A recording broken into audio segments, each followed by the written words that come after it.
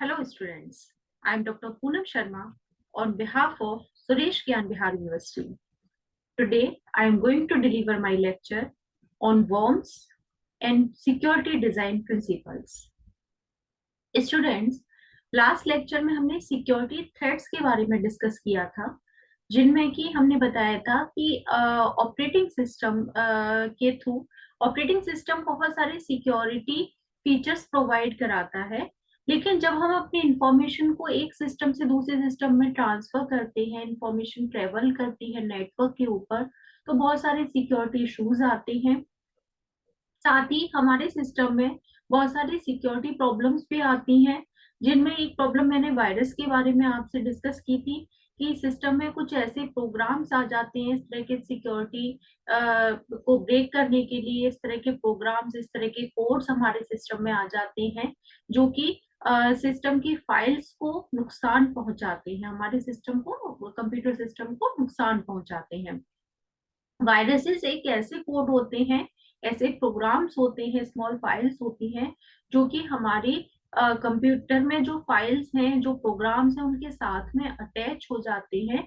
और अटैच होने के बाद में जब वो प्रोग्राम और फाइल, जिनको कि होस्ट प्रोग्राम कहते हैं, जब वो रन होती हैं तो उनके साथ में वायरस प्रोग्राम और वायरस कोड भी एग्जीक्यूट हो जाते हैं।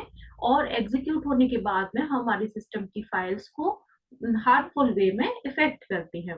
वायरसेस अपनी रिप्लिकेट कॉपीज भी बना सकते हैं और ये हमारे सिस्टम को और उनके फाइल को डायरेक्टली इफेक्ट करते हैं। वायरसेस के को डिटेक्ट करना, रिमूव करना और इनसे प्रिवेंट होने के अलग अलग मेथड्स, अलग अलग कैसे इनको हैंडल किया जा सकता है, किस तरह से हमारे सिस्टम में की फाइल्स के साथ में कनेक्ट होते हैं, ये सभी हम डिस्कस कर चुके हैं लास्ट लेक्चर में। अब आज हम डिस्कस करने वाले हैं वॉर्म्स के बारे में।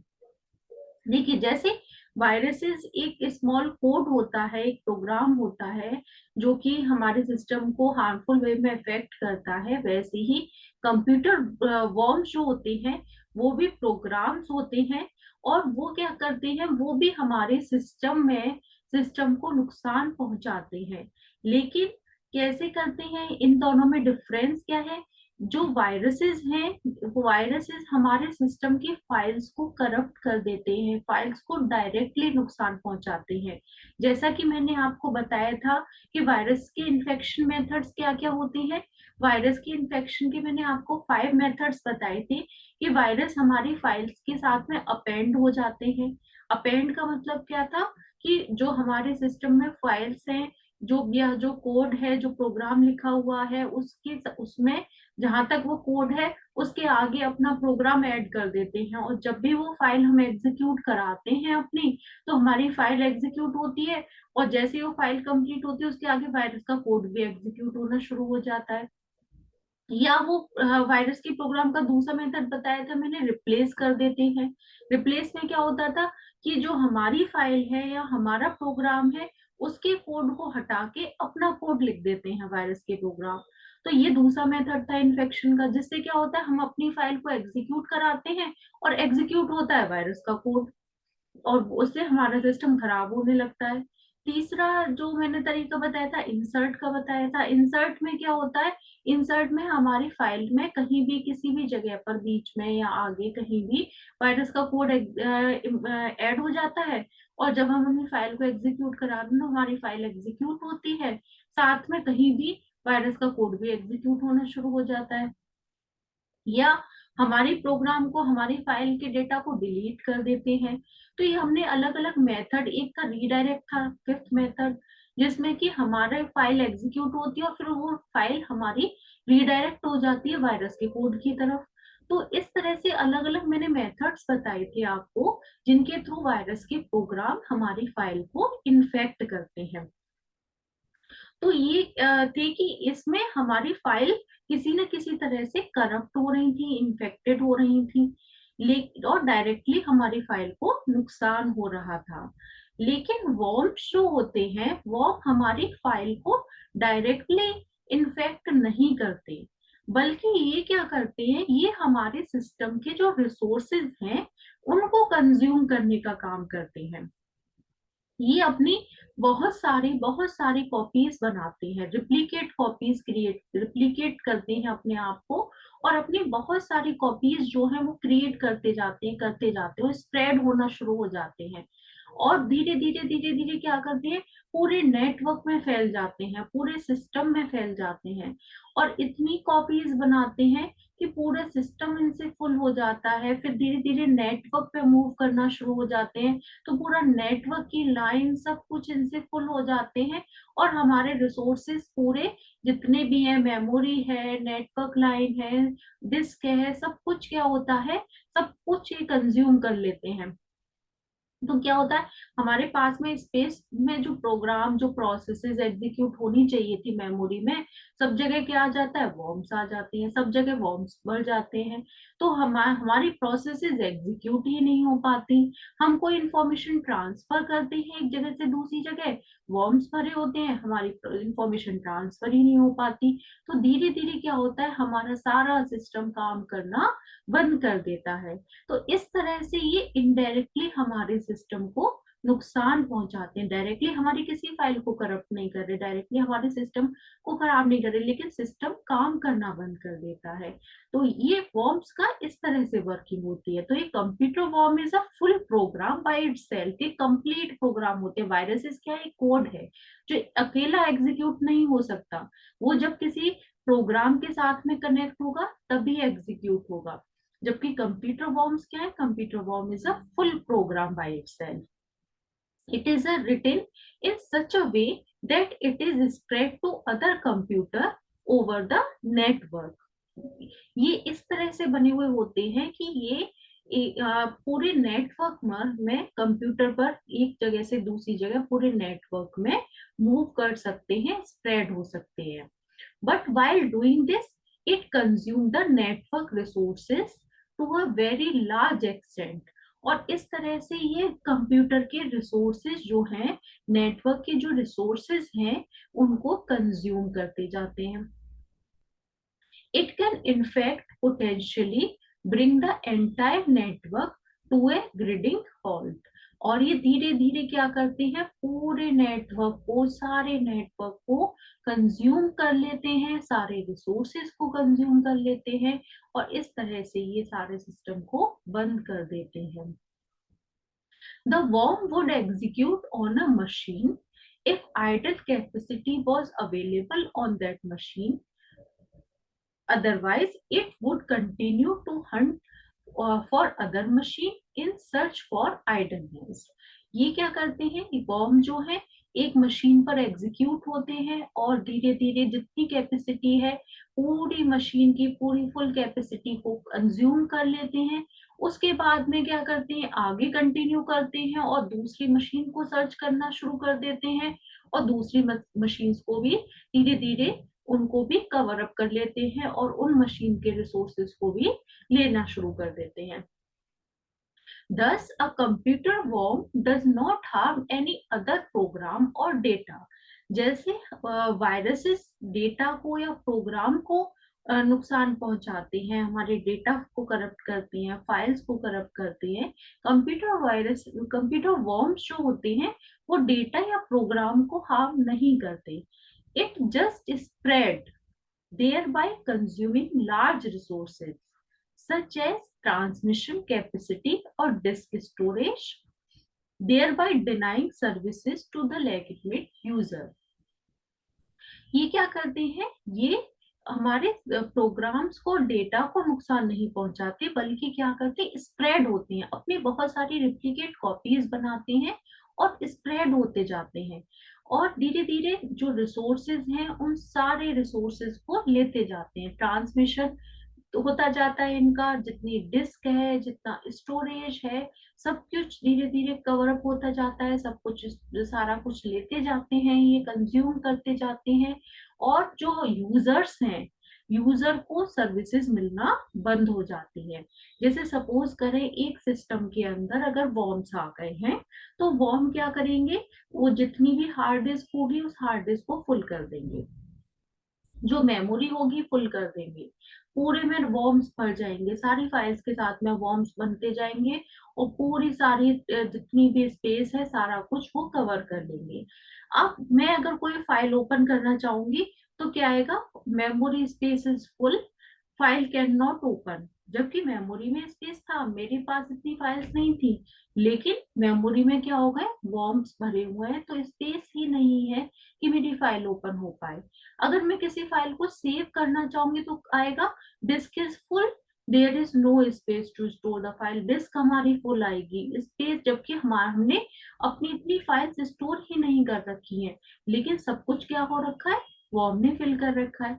अब मैं अगर कोई इंफॉर्मेशन, कोई डेटा एक डिस्क से, एक अपने कंप्यूटर से दूसरे कंप्यूटर पे सेंड करना चाहूंगी, एक नोड से दूसरे नोड पे नेटवर्क लाइन कनेक्टेड है, लीज लाइन कनेक्शन है, और मैं एक नोड से दूसरे नोड पे कोई डेटा ट्रांसफर करना चाहूंगी, डेटा ट्रांसफर ही नहीं होगा, बहुत स्लो हो जाएगी स्पीड, डेटा ट्रांसफर नहीं हो पाएगा, बहुत स्लो स्पीड से ट्रांसफर होगा, तो हमें क्या लगेगा, स्पीड स्लो है, नेटवर्क बहुत स्लो है, जबकि क्या होगा, बॉम्ब ने फिल कर रखा होगा। तो शुरुआत में क्या होता है, स्टार्टिंग में तो हमें पता नहीं चल पाता कि ये नेटवर्क की स्पीड स्लो क्यों हो रही है। शुरुआत में हमें क्या लगता है नेटवर्क की स्पीड स्लो होती है तो कि नेटवर्क का कनेक्शन स्लो हो रहा है, या नेट स्लो है, या नेटवर्क का कनेक्शन स्लो है, तो हम इस चीज को ध्यान नहीं देते। धीरे धीरे नेटवर्क का कनेक्शन इतना स्लो होता चला जाता है, वॉर्म जैसे जैसे फिल होते जाते हैं, जैसे जैसे कंज्यूम करते जाते हैं हमारे नेटवर्क को, वो बिल्कुल ही काम करना बंद कर देता है। तब हमें लगता है कि नेटवर्क काम ही नहीं कर रहा, फाइल्स ट्रांसफर ही नहीं हो पा रही, तब हम डिटेक्ट करते हैं कि इसमें वॉर्म आ गया है। तो नेटवर्क स्लो होने का कारण सिर्फ ये नहीं है कि नेटवर्क स्लो हो रहा है तो नेटवर्क की प्रॉब्लम है या इंटरनेट की प्रॉब्लम है, ये प्रॉब्लम वॉर्म्स की भी हो सकती है। A computer worm usually operate on a network. Each node on the network maintain a list of all other nodes on the network. Generally क्या होता है, जैसे एक अब नेटवर्क कनेक्टेड है, जैसे आपके यहाँ कंप्यूटर लैब है या कहीं भी ऑफिस हैं, ऑफिस में कंप्यूटर आपस में कनेक्टेड है, तो क्या होते हैं, जब कंप्यूटर कनेक्टेड होते हैं तो हर कंप्यूटर जो भी नेटवर्क में है उसके पास में नेटवर्क की लिस्ट होती है, नेटवर्क नेबरहुड पर या नेटवर्क प्लेसेस के अंदर लिस्ट होती है कि कौन कौन से नोड से वो कनेक्टेड है और कौन कौन से कंप्यूटर हैं जिनसे वो कनेक्टेड है। तो ये जो लिस्ट होती है, जब भी कोई वॉर्म आता है तो वो उस नेटवर्क प्लेसेस में जाके चेक कर लेता है कि इससे और कौन कौन से नोड कनेक्टेड है, और वो फिर उन सारे नोड्स से कनेक्ट होता है और सारे नोड्स के पास में वो स्प्रेड होना शुरू हो जाता है वहां उन लिस्ट को देख के। Each node on the network maintain a list of all other nodes on the network, maintain a list of other node on the network. It all contain the names and address of the reachable machine on the network. Her her node के पास में, हर computer के पास में वो कौन से computer से connected है उनकी लिस्ट होती है, उन नोड्स की लिस्ट होती है, नाम होता है और एड्रेस होता है। The worm get an access into this list and using this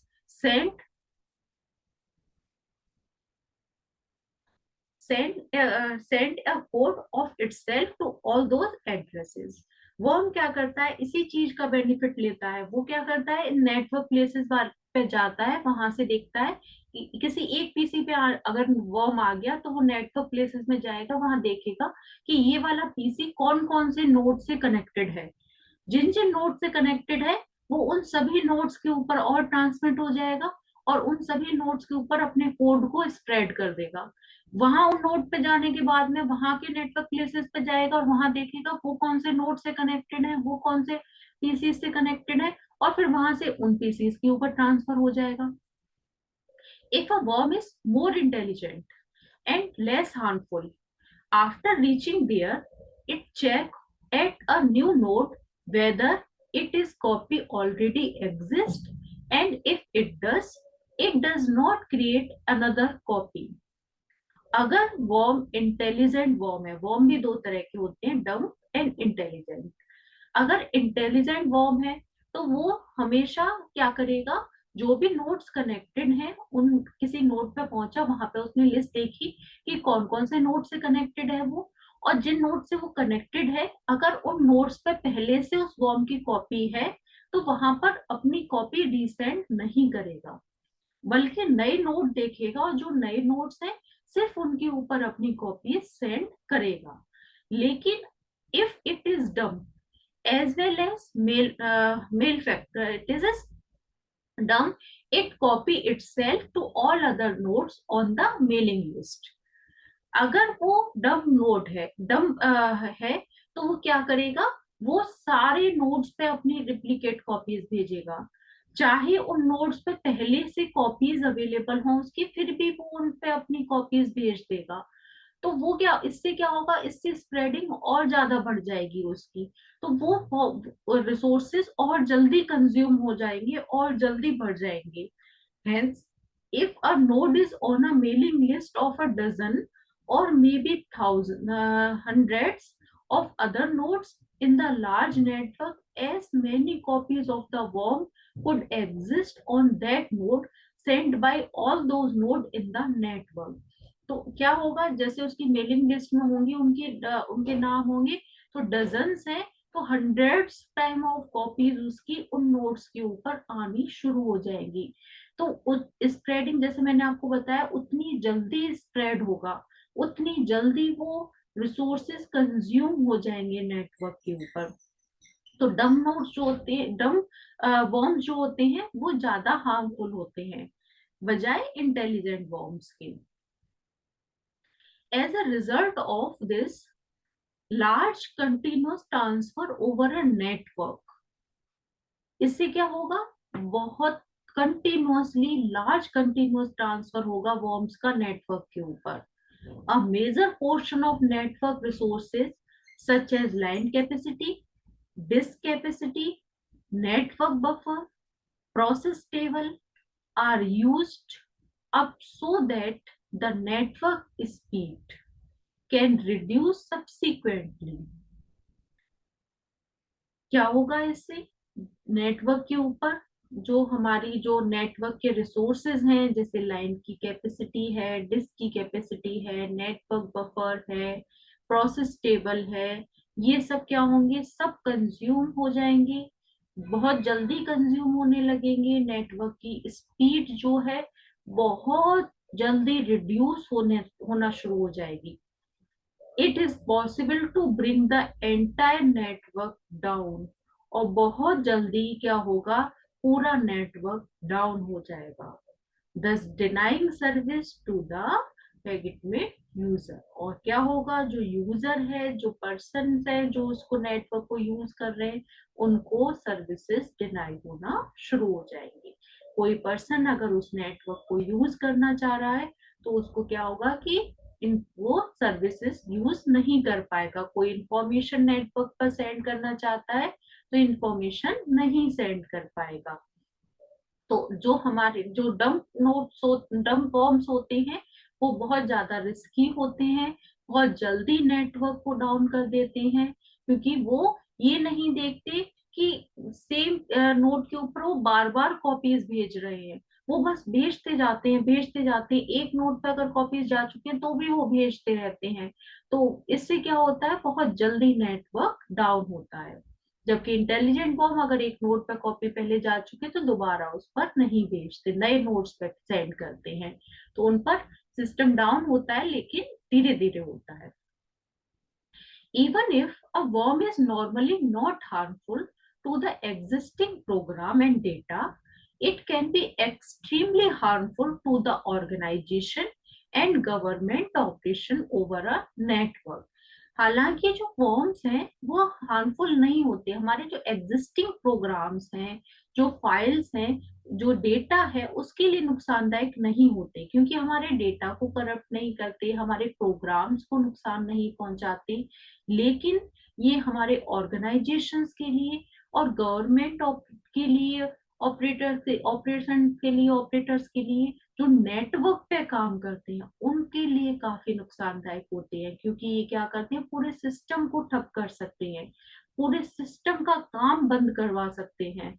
तो वहां पर जहां पे पूरे ऑर्गेनाइजेशन में काम हो रहा है, जहाँ नेटवर्क पर काम हो रहा है, गवर्नमेंट्स के काम हो रहे हैं, जहाँ नेटवर्क यूज किया जा रहा है, वहां पर ये बहुत नुकसानदायक हो सकते हैं। ये पूरा का पूरा सिस्टम ब्लॉक कर सकते हैं।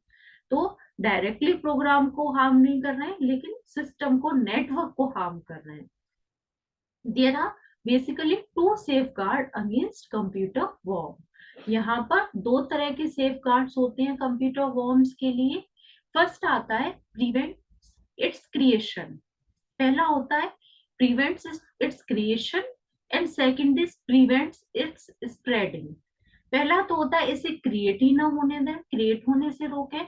दूसरा होता है अगर ये क्रिएट हो गए हैं तो इनको स्प्रेड होने से रोकें। प्रिवेंट्स इट्स क्रिएशन में आता है this can be achieved by having very strong security and protection policies and mechanism. Create होने से रोकने का तो एक ही तरीका है कि यह बहुत ही strong security and protection policies या मैकेनिज्म्स यूज करें। और दूसरा जो होता है वो होता है प्रिवेंट्स इट्स स्प्रेडिंग।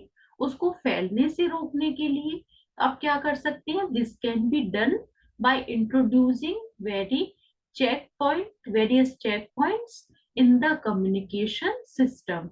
आप अलग अलग कम्युनिकेशन सिस्टम में जो आपका नेटवर्क है वहां पर जगह जगह पर चेक पॉइंट्स लगाएं, जिससे कि उसको रोका जा सके, स्प्रेडिंग को रोका जा सके। बाकी इसको डिटेक्ट करने के लिए, वॉर्म को डिटेक्ट करने के लिए जो आपके अलग से कोई सॉफ्टवेयर्स नहीं होते, बल्कि जो एंटीवायरसेस होते हैं उन्हीं में फीचर्स आते हैं कि वो वायरसेस के साथ साथ वॉर्म्स को भी डिटेक्ट करने का काम करते हैं। अगर नोन टाइप का कोई वॉर्म है, जैसे नोन वायरसेस होते हैं, तो वो वॉर्म को भी डिटेक्ट करके बता देते हैं कि सिस्टम में वॉर्म है। तो आप वहां से भी वॉर्म को डिटेक्ट कर सकते हैं और स्प्रेडिंग रोकने के लिए नेटवर्क पर चेक पॉइंट, जैसे मैंने आपको बताया, लगा सकते हैं, जिससे कि आगे वो नेटवर्क पर ट्रांसफर ना हो। बाकी इनको भी, वॉर्म्स को भी इसी तरह से, जैसे कि वायरसेस के लिए मैंने बताया था अननोन साइट्स को सर से डाउनलोडिंग ना करें। किसी भी अननोन साइट से सर्च कर रहे हैं अगर आप, तो डाउनलोड बिना जाने ना करें। जो ऑफिशियल साइट्स हैं, लीगल साइट्स हैं, वहीं से आप डाउनलोड करें। कोई भी इंफॉर्मेशन आप डाउनलोड कर रहे हैं तो कोई भी पेन ड्राइव यूज कर रहे हैं तो भी आप इसमें, आप उसको भी यूज करने से पहले स्कैन करें। कोई भी नेटवर्क से भी कोई डेटा आपके पास में आ रहा है, कोई फाइल आ रही है, तो उनको भी आप स्कैन करें। एंटीवायरस सॉफ्टवेयर अपने सिस्टम में डाल के रखें, स्कैन करने के बाद ही अपने सिस्टम में आने दें इनको।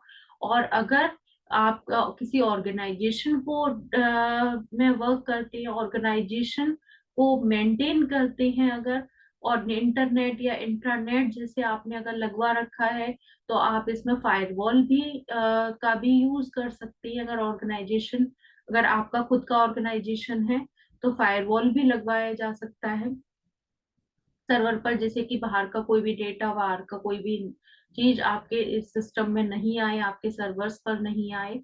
तो ये बहुत सारे फीचर और भी चीजें होती हैं जिनके थ्रू आप अपने सिस्टम्स को सिक्योर कर सकते हैं। इसके बाद में आते हैं आपके security design principles. Next topic अब डिस्कस करते हैं। ये वायरसेस एंड वॉर्म्स के बारे में था, कैसे हमारे सिस्टम में आते हैं। सिक्योरिटी डिजाइन जब हम अपने सिस्टम में बनाए, सिक्योरिटी से रिलेटेड कोई भी स्ट्रेटजी अपने सिस्टम में अगर डिजाइन करते हैं, कोई भी डिजाइन तैयार करते हैं सिक्योरिटी की, तो उसके कुछ प्रिंसिपल्स हैं जिनको आपको जानना जरूरी है जब आप ऑपरेटिंग सिस्टम अपना डिजाइन करने जाएं। तो उनमें किस तरह की, जो भी डिजाइन तैयार करें उस डिजाइन में जो भी अपने अलग अलग मेथड्स अभी तक पढ़ चुके हैं आप सिक्योरिटी से रिलेटेड, तो जो भी डिजाइन आप चूज करें, जो भी तरह की डिजाइन आप बनाएं, पासवर्ड्स बनाएं, कुछ भी डिजाइन तैयार करें, उससे रिलेटेड कुछ प्रिंसिपल्स हैं जो आपको पता होने चाहिए। Security is a guarding users data and programs against interface by entities external to the system like unauthorized person. Security जो है यूजर की डेटा और प्रोग्राम्स को बाहर की एंटिटी से या अनऑथराइज पर्सन से सेफ करने का नाम है। सिक्योरिटी क्या है? सिक्योरिटी का मतलब है कि हमारे डेटा को, यूजर के डेटा को या प्रोग्राम्स को हमें क्या करना है, अनऑथराइज पर्सन से, बाहर के लोगों से बचाना है, सिक्योर रखना है। इसके लिए कुछ डिजाइन प्रिंसिपल्स जो हैं वो बताए गए हैं। डिजाइन प्रिंसिपल्स क्या है? फर्स्ट डिजाइन प्रिंसिपल है पब्लिक डिजाइन। पब्लिक डिजाइन से मतलब क्या होता है? पब्लिक डिजाइन का मतलब होता है the design of the security system should not be secret. The designer should assume that the patenter will know about it.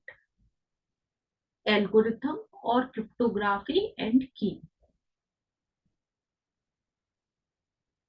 इसका मतलब है कि डिजाइन जो आप तैयार कर रहे हैं, जैसे आप ऑपरेटिंग सिस्टम डिजाइन कर रहे हैं, आपने जो सिक्योरिटी के लिए डिजाइन तैयार की, वो डिजाइन पब्लिकली होनी चाहिए। पब्लिकली मतलब वो डिजाइन सीक्रेट नहीं होनी चाहिए।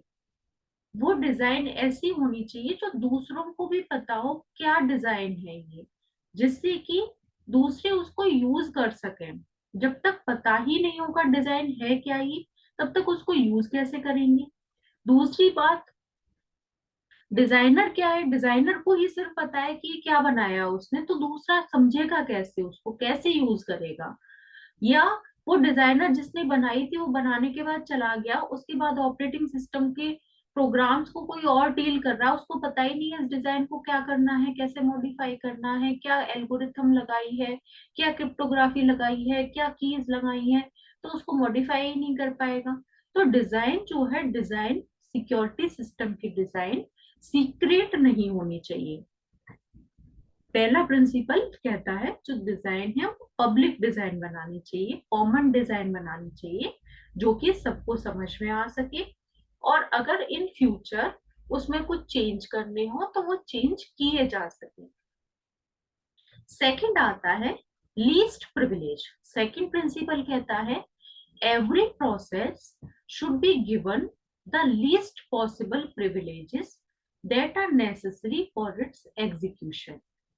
प्रिविलेजेस का मतलब क्या होता है? प्रिविलेजेस मतलब राइट्स कितने दे रखे हैं। तो लीस्ट का मतलब होता है कम से कम। यानी कि हमें स्टार्टिंग में जब आप डिजाइन करें, सिस्टम डिजाइन करें, तो स्टार्टिंग में यूजर को कम से कम राइट्स दें। लीस्ट प्रिविलेज, कम से कम राइट्स यूजर को प्रोवाइड कराएं। फिर जब यूजर को रिक्वायरमेंट हो, जब वो अपनी तरफ से कहे कि उसे राइट्स चाहिए, ये काम करना है, तब आप उसको वो राइट पहले चेक करें क्या उसको उस राइट्स की जरूरत है, और अगर है तो आप उसको वो राइट्स प्रोवाइड कराएं। अगर वो ऑथराइज्ड है उसके लिए तो उसको वो राइट्स प्रोवाइड कराए जाएं। तो जैसे आपके यहाँ ऑर्गेनाइजेशन में, एक ऑर्गेनाइजेशन में मैंने क्या किया, एक सिस्टम तैयार किया। उस सिस्टम में मैंने जितने भी यूजर्स थे, जितने भी लोग थे, सबको क्या किया, सबसे पहले सबसे कम से कम राइट्स दिए। कम से कम राइट्स का मतलब कि सब लॉगिन कर सकते हैं, ऑफिस का जो मेन पेज है, जो होम पेज है, वो ओपन कर सकते हैं। अब उसके बाद में, अब जो अलग अलग डिपार्टमेंट्स थे, सब डिपार्टमेंट्स को अपने अपने काम करने थे। तो जिस डिपार्टमेंट को जो काम करना था उसने उसके लिए राइट्स मांगे। जैसे अकाउंट्स डिपार्टमेंट था, उसने कहा भाई मैं तो अकाउंट्स का डिपार्टमेंट ऑपरेट करती, हमें अकाउंट का काम ओपन ही नहीं कर पा रहे, तो अकाउंट वालों को अकाउंट्स के राइट्स दे दिए। फिर एचआर बोला एचआर के राइट्स, हम एचआर का काम नहीं कर पा रहे, हमें एचआर का काम करना है, तो उन्हें एचआर के राइट्स दे दिए। जो एग्जामिनेशन सेक्शन था उसने कहा हमें एग्जामिनेशन के मार्क्स चढ़ाने हैं, तो हमने एग्जामिनेशन के राइट्स दे दी। मतलब जिसने जिस चीज के लिए राइट्स मांगे, जिस चीज के लिए जो ऑथराइज था, उसे सिर्फ उसी के ही राइट्स दिए।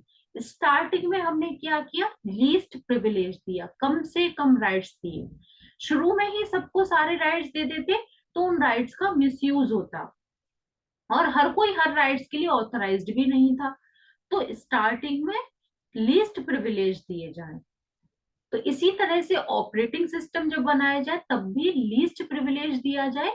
उसके बाद में जब नेसेसरी, जितना एग्जीक्यूशन के लिए नेसेसरी हो बस उतना ही प्रिविलेज दिया जाए। फिर जब यूजर को रिक्वायरमेंट होगी, यूजर जब डिमांड करेगा, तब उसके अकॉर्डिंग अगर वो ऑथराइज्ड है तो उसको राइट्स प्रोवाइड करा दिए जाएं एडमिनिस्ट्रेटर के थ्रू। नेक्स्ट आता है explicit demand. No access right should be granted to a process as a default. Each subject should have to demand the access right explicitly. यही बात मैं आपको भी बता रही थी, लीस्ट प्रिविलेज से रिलेटेड ही है ये। लीस्ट प्रिविलेज में आपने कम से कम राइट्स दिए, और फिर एक्सप्लिसिटली जब आपको डिमांड की गई, जब बाहर से आपसे डिमांड की गई कि आपको राइट्स चाहिए हर सब्जेक्ट, सब्जेक्ट मतलब यूजर, यूजर के थ्रू आपसे डिमांड की गई, तब आपको वो राइट्स प्रोवाइड कराए गए। नेक्स्ट आता है इसमें फिर कंटिन्यूअस वेरिफिकेशन। कंटिन्यूअस वेरिफिकेशन का मतलब होता है the access right should be verified at every request from the subject. Access rights जो होते हैं हर बार वेरीफाई किए जाएं जब भी सब्जेक्ट की तरफ से कोई रिक्वेस्ट की जाए। इसका मतलब है कि जब जो एक्सेस राइट्स हैं, यूजर को जो भी एक्सेस राइट्स दिए गए किसी फाइल को ओपन करने के, एग्जीक्यूट करने के, रीड राइट करने के, जो भी काम करने के एक्सेस राइट्स दिए गए हैं, वो राइट्स जब भी यूजर कोई रिक्वेस्ट करे, जो भी काम करे, उसके लिए उनको कंटिन्यू वेरीफाई करते रहना चाहिए। जैसे फॉर एग्जाम्पल, एक एग्जाम्पल से आप समझें, आप किसी बैंक में आपका ऑनलाइन अकाउंट है और आप उस बैंक में आप लॉगिन करते हैं, तो पहले आपसे लॉगिन आईडी पासवर्ड पूछा जाता है। लॉगिन आईडी पासवर्ड आप जब डालते हैं तो पहले आपका वेरिफिकेशन हो जाता है कि आप राइट यूजर हैं या नहीं है, ऑथेंटिकेटेड हैं या नहीं है, ऑथराइजेशन चेक होता है। अगर आप सही यूजर हैं तो आपका लॉगिन आईडी पासवर्ड चेक हो जाता है, चेक होने के बाद में आप लॉगिन कर पाते हैं। लॉगिन होने के बाद में आप अपना अकाउंट एक्सेस कर पाते हैं। अकाउंट एक्सेस करने के बाद में आपने फिर से रिक्वेस्ट की कि आपको क्या करना है, इसमें कोई अमाउंट ट्रांसफर करना है एक अकाउंट से अपने किसी एक अकाउंट से अपने किसी दूसरे बैंक अकाउंट में, या अपने किसी एक अकाउंट से किसी और को ट्रांसफर करना है किसी और के अकाउंट में। तो आपने ट्रांजेक्शन किया, अब आप क्या कर रहे हैं, दूसरी रिक्वेस्ट कर रहे हैं। तो अब क्या होगा, फिर से आपको वेरीफाई किया जाएगा कि आप राइट पर्सन है या नहीं है। पहले आपको चेक किया गया कब, जब आपने लॉगिन किया, पहले आपको चेक किया गया आप राइट पर्सन है या नहीं, आपने लॉगिन आईडी पासवर्ड डाला, फर्स्ट वेरिफिकेशन हो गया।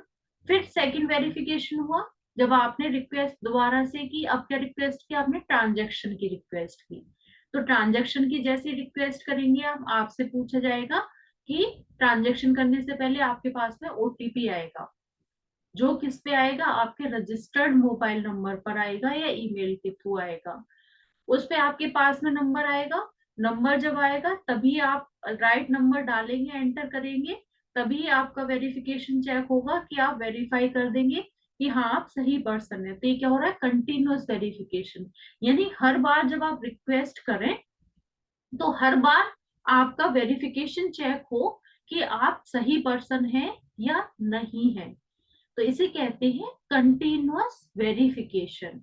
बार बार वेरीफाई करें, हर बार जब भी आप कोई रिक्वेस्ट करोगे, हर बार जब भी आप ट्रांजेक्शन करोगे, हर बार जब भी आप कुछ करोगे उसमें हर बार आपको वेरीफाई किया जाएगा। ऐसा नहीं एक बार वेरीफाई कर लिया और फिर नहीं करेंगे, हर बार जब भी आप करोगे तभी आपको वेरीफाई किया जाए। कई बार आपसे प्रोफाइल पासवर्ड भी पूछा जाएगा, कई बार आपसे ओटीपी भी पूछा जाएगा। तो ये क्या है, कंटिन्यूअस वेरिफिकेशन। नेक्स्ट आता है सिंपल डिजाइन। सिंपल डिजाइन का मतलब है the design of security system should be simple and uniform so that it is not difficult to verify its correct implementation। जो डिजाइन है सिक्योरिटी सिस्टम जो आपने तैयार किया है वो कैसा होना चाहिए, सिंपल होना चाहिए और यूनिफॉर्म होना चाहिए, जिससे कि उसको समझना डिफिकल्ट ना हो और फिर आगे वेरीफाई करना, करेक्ट करना, इम्प्लीमेंट करना भी आसान हो। क्योंकि बहुत टफ आपने कोई सिक्योरिटी सिस्टम तैयार कर दिया, आपने तो बना दिया, लेकिन जो यूजर्स हैं वो उसको समझ ही नहीं पा रहे हैं। तो वो कैसे इम्प्लीमेंट होगा, आप कैसे उसे इम्प्लीमेंट कर पाएंगे? आपने तो इम्प्लीमेंट करके दे दिया, वो उसे समझ ही नहीं पा रहे हैं। क्योंकि जो यूजर्स हैं, जरूरी नहीं वो भी टेक्निकल पर्सन भी हों, वो कोई नॉर्मल पर्सन भी हो सकते हैं। अब जैसे सपोज करें फॉर एग्जांपल, जैसे मैंने अभी बैंक का एग्जांपल दिया आपको कि आप ऑनलाइन बैंकिंग यूज करते हो, तो ऑनलाइन बैंकिंग का ये जो सिस्टम है, ये बनाया किसी टेक्निकल पर्सन ने होगा, किसी कंप्यूटर साइंस के पर्सन ने होगा, लेकिन यूज करने वाले लोग तो बाकी नॉर्मल पर्सन भी होते हैं ना, जो ऑनलाइन बैंकिंग यूज करते हैं। वो सब सिर्फ आईटी वाले लोग ही थोड़ी ना ऑनलाइन बैंकिंग यूज करते हैं, नॉर्मल पर्सन भी सब ऑनलाइन बैंकिंग यूज करते हैं जो आईटी से रिलेटेड नहीं होते। लेकिन वो सब कर पाते हैं ना, उसको क्यों? क्योंकि वो सिंपल है, इसलिए उसको कर पाते हैं। तो सिक्योरिटी सिस्टम जो आप तैयार कर रहे हैं, ये सब चीजें जो तैयार कर रहे हैं, वो कैसा होना चाहिए?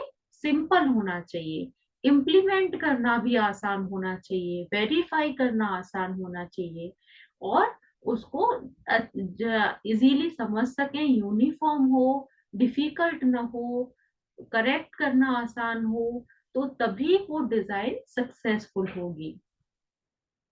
नेक्स्ट आता है user acceptance. The design should be simple and easy to use to facilitate acceptance by the user. User should not have to spend a lot of effort thereby to learn how to protect their files. User acceptance, ये भी पहले वाले topic से ही related है। पहले जैसे मैंने बताया कि डिजाइन सिंपल होनी चाहिए, इजी होनी चाहिए, ऐसे ही आपकी जो डिजाइन है ऑपरेटिंग सिस्टम में, जो सिक्योरिटी सिस्टम आप लगा रहे हैं, जो डिजाइन है वो सिंपल होनी चाहिए, इजी होनी चाहिए। अगर डिजाइन इजी है, सिंपल है, तभी यूजर उसको एक्सेप्ट करेगा। अगर बहुत टफ डिजाइन है, बहुत कॉम्प्लिकेटेड है, तो यूजर उसको एक्सेप्ट ही नहीं करेगा, यूजर का एक्सेप्टेंस ही नहीं मिलेगा। क्योंकि कोई भी यूजर इतना अपना टाइम वेस्ट नहीं करना चाहता कि वो बहुत टाइम लगाए पहले डिजाइन को समझे, कि उसे अपनी फाइल को सेव कैसे करना है, कैसे प्रोटेक्ट करना है, उन सबको समझने के लिए लर्न करे, पहले अपना टाइम स्पेंड करे। वो नहीं करेगा, वो उस ऑपरेटिंग सिस्टम को ही नहीं यूज करेगा फिर। तो उसी को यूज करेगा जिसमें ये सिक्योरिटी तो हो, लेकिन वो सिक्योरिटी डिजाइन सिंपल हो, उसकी फाइल प्रोटेक्टेड तो है, लेकिन सिंपल वे में उनको प्रोटेक्ट करना कर सके, वो इजीली उनको प्रोटेक्ट कर सके। तो जो डिजाइन है वो कैसी होनी चाहिए? इजी होनी चाहिए, सिंपल होनी चाहिए, तभी यूजर का एक्सेप्टेंस उसको मिलेगा, जिसमें उसको बहुत ज्यादा एफर्ट नहीं लगाने पड़े। ऐसी डिजाइन होनी चाहिए सिक्योरिटी की। नेक्स्ट होती आता है इसके अंदर मल्टीपल कंडीशंस। मल्टीपल कंडीशंस क्या कहती हैं? The system should be design in such a fashion that the access depend on fulfilling more than one condition. For example, the system could depend to passwords, etc. System जो हो, उसके अंदर इस तरह से उसको डिजाइन किया जाए, इस फैशन में डिजाइन किया जाए कि जो एक्सेस है, फाइल की जो एक्सेस है, वो एक से ज्यादा कंडीशंस पे डिपेंड हो। जैसे कि एक से ज्यादा पासवर्ड डाल रखे हो, एक से ज्यादा कंडीशंस डाल रखी हो, पासवर्ड नहीं है तो कुछ फ्रेजेस डाल रखे हो, जैसे फर्स्ट टाइम आपकी फाइल ओपन हो तो पहले पासवर्ड पूछा जाए, पासवर्ड जब डाले यूजर तभी फाइल ओपन हो, फाइल पासवर्ड डालने के बाद में ओपन हो गई, उसके बाद में कुछ फ्रेज पूछा जाए, जैसे कि कोई आपकी हॉबी पूछी, कुछ इंपोर्टेंट फ्रेजेस स्टार्टिंग में डलवा लिए आपसे, जैसे आपकी हॉबीज हैं, पेट नेम है, या कुछ भी है इस तरह का, कोई भी आपसे जनरल क्वेश्चंस आपसे आपके चाइल्डहुड से रिलेटेड कोई इंफॉर्मेशन पूछ ली गई। जैसे कई बार आप रजिस्ट्रेशन करते हैं ना किसी फॉर्म में, कोई अपना लॉगिन आईडी बनाते हैं, रजिस्ट्रेशन करते हैं, तो कुछ जनरल क्वेश्चंस पूछे जाते हैं आपसे। तो इस तरह के कुछ जनरल क्वेश्चंस आपसे पहले पूछ के उनके आंसर्स स्टोर कर लिए, और फिर वो क्वेश्चन के आंसर्स आपसे एज अ फ्रेज पूछ लिए जाए बीच बीच में। तो ऐसा भी आप रख सकते हैं मल्टीपल कंडीशंस, कि पहले आपसे पासवर्ड पूछा जाए फर्स्ट कंडीशन में, फिर सेकंड कंडीशन में आपसे इस तरह के कुछ क्वेश्चंस या फ्रेजेस आपसे पूछ लिए जाएं, जिससे कि आपको वापस से वेरीफाई किया जा सके। ये क्वेश्चंस आपसे सेकंड टाइम में तभी भी पूछ सकते हैं, या बीच में आपसे कभी पूछा जा सकता है। जैसे कुछ देर आपने काम कर लिया, और कुछ देर काम करने के बाद में बीच में आपने, अगर जैसे थोड़ी देर आपने काम नहीं किया, दोबारा आप सिस्टम पे काम करने आए, तो आपसे फिर क्वेश्चन पूछा जाए। इससे क्या होता है कि बीच बीच में कंडीशंस चेक हो जाती हैं, यूजर का चेकिंग हो जाती है कि राइट पर्सन ही सिस्टम पे काम कर रहा है, कोई दूसरा तो नहीं कर रहा। क्योंकि कई बार क्या होता है, जैसे हम उस पे सिस्टम पे काम कर रहे हैं, उसके बाद हम उठ के चले गए, कोई दूसरा पर्सन आया और वो हमारे सिस्टम पे कुछ काम करने लगा, तो रेंडमली कोई क्वेश्चन जनरेट होगा, तो वो हमारे उस क्वेश्चन का आंसर नहीं कर पाएगा, और हमारे सिस्टम की स्क्रीन क्या होगी, ब्लर हो जाएगी, जब तक कि हम उसका आंसर नहीं दे देंगे क्वेश्चन का। तो वो दूसरा पर्सन हमारे सिस्टम पे काम नहीं कर सकता, जब तक कि वो क्वेश्चन का आंसर नहीं दे देता, और क्वेश्चन का आंसर हमें नहीं पता है। तो इससे हमारा सिस्टम सेफ बना रहता है। तो ये multiple condition time to time generate हो सकती हैं, ये चेक करने के लिए कि राइट पर्सन ही सिस्टम पर काम कर रहा है या नहीं कर रहा है। तो मल्टीपल पासवर्ड्स भी हो सकते हैं, मल्टीपल इस तरह के फ्रेजेस भी हो सकते हैं, जो टाइम टू टाइम जनरेट होते रहें और यूजर को चेक करते रहें। तो ये सिक्योरिटी डिजाइन के कुछ प्रिंसिपल्स होते हैं, जिनको आप ध्यान में रख सकते हैं, जिनको ध्यान में रख के आप अपनी सिक्योरिटी के कंसेप्ट जो है वो क्लियर रखें, और उसके हिसाब से सिक्योरिटी की डिजाइन तैयार करें। जरूरी नहीं ये सारे के सारे प्रिंसिपल्स फॉलो किए जाएं, इनको माइंड में रखना है, उनको माइंड में रख के आप उसके अकॉर्डिंग अपनी सिक्योरिटी की डिजाइन को तैयार करें। इनमें से जो आपको ठीक लगे उनको आप सिक्योरिटी की डिजाइन तैयार करते समय इम्प्लीमेंटेशन में रख सकते हैं। चाहे तो कुछ को छोड़ भी सकते हैं, चाहे तो कुछ को रख सकते हैं, लेकिन इनमें जो मेन है वो है, इसमें पहली चीज तो डिजाइन को पब्लिकली रखना जरूरी है। प्रिविलेजेस कम से कम दें, जब डिमांड होगी तभी देंगे। डिजाइन को सिंपल रखें, तभी यूजर का एक्सेप्टेंस मिलेगा। ये दो तीन पॉइंट ऐसे हैं जिनको कि आपको रखना ही है, माइंड में रखना है, जिनको इम्प्लीमेंट करना ही है। बाकी जो वेरिफिकेशन है, वो मल्टीपल कंडीशंस हैं, वो आप पर डिपेंड करता है कि आप कितना इसके अंदर ऐड करना चाहते हैं, कितनी कंडीशंस आप देना चाहते हैं, पासवर्ड मल्टीपल देना चाहते हैं या सिंगल पासवर्ड पर रखना चाहते हैं, वो सब आप पर डिपेंड करता है।